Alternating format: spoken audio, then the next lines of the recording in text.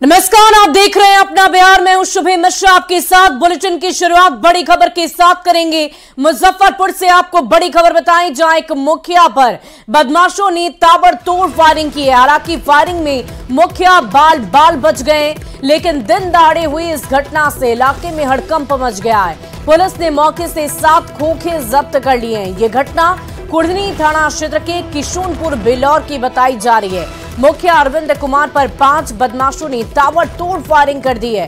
फिलहाल पुलिस इस पूरे मामले की सघनता से जांच पड़ताल में जुटी हुई है। तो मुजफ्फरपुर से ये बड़ी खबर आपको दे रहे हैं। घर जा रहे थे और मेरा दलान है वहाँ से निकल के आए, तो इस जगह गाड़ी घुमा रहे थे तो 2 बाइक इधर गया। उसके बाद आके इसी जगह जहाँ हम खड़ा है, इस जगह गाड़ी लगा के ओस से भींगा हुआ था, पूछने लगे। पूछे बाइक के दाहिना साइड में आए, तब तक उधर से गाड़ी घुमा के आके गोली चलाना शुरू कर दिया। अपराधी कितने की संख्या में थे? 5 थे। और इस पूरी खबर की अधिक जानकारी के साथ संवाददाता प्रियांक सौरभ हमारे साथ फोन लाइन पर है। प्रियांक, कैसे ये घटना घटी है, क्या है इस पूरी वारदात को लेकर जानकारी? जी, जैसा कि मुखिया ने बताया है कि वह वहीं पर थे, तभी बेखौफ बदमाशों ने उन पर फायरिंग की है। 2 की संख्या में बदमाश पहुंचे थे और उन पर फायरिंग की है। हालांकि पुलिस जो है इस मामले की जांच में जुटी है और मुखिया ने यह भी बताया है कि उनकी पहचान उन्होंने कर ली है। वो कोई परिचित ही है। हालांकि इसी को लेकर अभी जो है वह प्राथमिक मतलब अपने स्तर पे जांच कर रहे हैं, उसके बाद ही आवेदन देंगे। तो अभी इस मामले में पुलिस को उन्होंने अभी आवेदन भी नहीं दिया है, इसलिए पुलिस अपने स्तर पे जांच कर रही है। जी, बहुत बहुत शुक्रिया आपका हमारे साथ जुड़ने के लिए। इस पूरी खबर पर आप लगातार नजर बनाए रखें। बढ़ते अगली खबर की ओर। गया से आपको बड़ी खबर बताएं, 3 साल की बच्ची की मौत हो गई है। बोरवेल में गिरने से बच्ची की मौत हो गई। बड़ी जानकारी आपको दे रहे हैं। खेलने के दौरान ये हादसा हुआ है। घर के बाहर 40 फीट तक बोरिंग की गई थी। मोहनपुर प्रखंड की मेसौंधा गांव की ये पूरी घटना बताई जा रही है। बड़ी खबर आपको दे रहे हैं गया से, ये बड़ी खबर। इस पूरी खबर की अधिक जानकारी के साथ संवाददाता एलन लिली हमारे साथ फोन लाइन पर है। एलन, क्या जानकारी है, कैसे ये घटना घटी, कैसे ये कुएं में गिर गई? देखिए, आपको बता दें कि यह जो घटना जो एक दिन पूर्व जो घर बाहर जो वो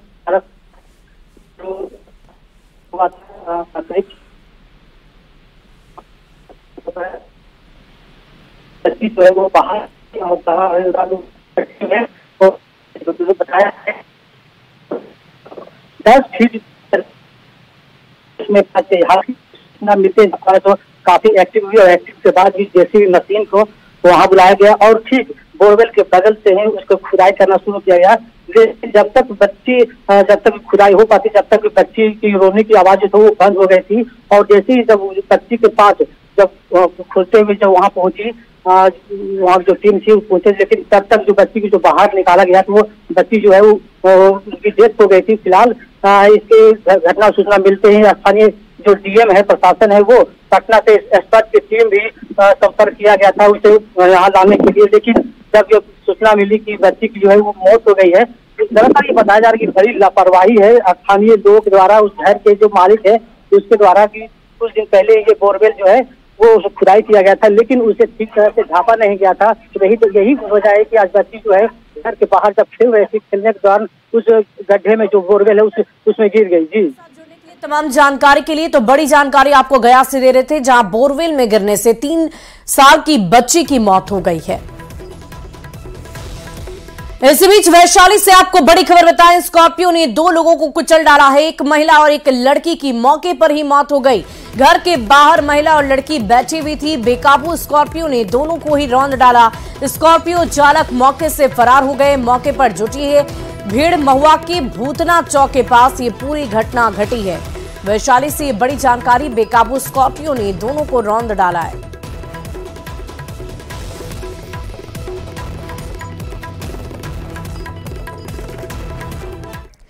और खबर बेगूसराय से, जहां केंद्रीय मंत्री गिरिराज सिंह ने नीतीश और लालू पर निशाना साधा है। तेलंगाना के सीएम रेवंत रेड्डी के डीएनए वाले बयान पर गिरिराज सिंह ने कह दिया कि नीतीश और लालू प्रसाद के मुंह में बर्फ जम गया है, क्योंकि कांग्रेस के सीएम ने आपत्तिजनक बयान दिया। एक वक्त सीएम नीतीश बिहार से नाखून और बाल भेजकर डीएनए का प्रमाण दे रहे थे।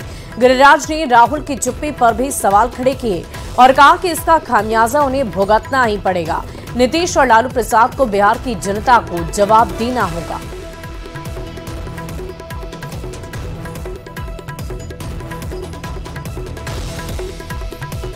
और इधर गिरिराज के बयान पर अब सियासत शुरू हो गई है। जेडीयू, आरजेडी और कांग्रेस ने गिरिराज को डीएनए वाली सियासत से बचने की नसीहत दी है। सब करिए बाबा।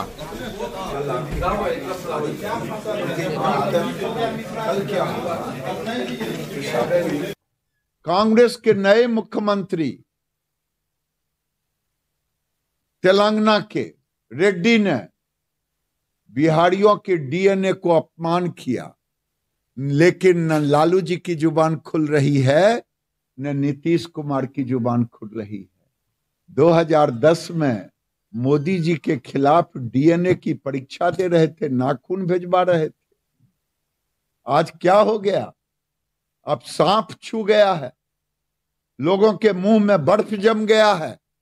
बिहार का अपमान नीतीश कुमार सहें, लालू यादव सहें, लेकिन कांग्रेस और लालू यादव सबको जवाब देना होगा कि बिहार के अपमान पर चुप क्यों। माननीय गिरिराज सिंह जी, आपको डीएनए का सवाल आपके दिमाग में आ गया? हद हाल है। अरे आपका तो डीएनए ऐसा है राजनीति का कि आदरणीय प्रधानमंत्री जी बिहार का डीएनए खराब मान रहे थे और गुजरात का ठाकुर, सेना चलाने वाला अल्पेश ठाकुर आज भारतीय जनता पार्टी का सहवाला है, भाजपा के गोद में खेल रहा है। देखिए, गिरिराज सिंह जी जानबूझकर विवादास्पद मुद्दों में खुद को घसीटते रहते हैं और वजह यह है कि पिछले 9 वर्षों से वो केंद्र में मंत्री हैं। 9 वर्षों में कोई एक काम उन्होंने किया हो जिससे बिहार की जनता को फायदा हुआ हो? जरा पूछ के देख लीजिए, नहीं बता पाएंगे। अच्छा, पूरे बिहार की चिंता छोड़ दीजिए, उनका अपना संसदीय क्षेत्र है बेगूसराय, वहां के लिए कोई एक काम किया हो तो जरा बता दें। भारतीय जनता पार्टी के नेता गिरिराज सिंह जी, आप ये बात तो स्पष्ट कीजिए कि 2015 में माननीय प्रधानमंत्री नरेंद्र मोदी जी ने नीतीश जी के डीएनए पर सवाल खड़ा किए थे, तब आपके मुंह में दही क्यों जम गया था? और बीजेपी के प्रदेश अध्यक्ष सम्राट चौधरी का बड़ा बयान सामने आ गया है। बिहार को विशेष राज्य के दर्जे की मांग पर उन्होंने कह दिया है कि बीजेपी ने हमेशा इसका समर्थन किया है, केवल कांग्रेस और आरजेडी ने इसका विरोध किया। आरजेडी और नीतीश जी की जोड़ी बिहार के लिए दुर्दशा के लिए जिम्मेदार है और बिहार की सत्ता पर ये लोग काफी साल से काबिज हैं। सम्राट ने यह भी कहा कि बिहार में बालू और शराब माफिया का बोलबाला है। वहीं सीएम नीतीश की चुनावी दौरे पर उन्होंने कहा कि बिहार में नीतीश की जमीन खिसक चुकी है। से बैठक होगी तो विशेष राज्य के दर्जे की मांग को लोग वो फिर से एक बार रखना चाहेंगे। नहीं, जिनको रखना है वो लोग रखें, इसमें क्या दिक्कत है। भारतीय जनता पार्टी ने तो कई बार इसका सपोर्ट किया है, लेकिन कांग्रेस पार्टी ने ऑफिशियल इसका विरोध किया है। राजद सरकार में रहते हुए ऑफिशियल विरोध करते रहे। हम लोगों ने तो समर्थन किया, आज भी समर्थन करते, लेकिन नीतीश कुमार जी सारी स्थिति को समझते हैं। 33 वर्षों तक लालू जी और नीतीश जी का राज रहा और 32,000 करोड़ रुपया ही रेवेन्यू उपलब्ध हो पाया। इसका मतलब ये दोनों मुख्यमंत्री अक्षम है। नीतीश कुमार जी का स्वागत करते हैं, बनारस की धरती पर आए।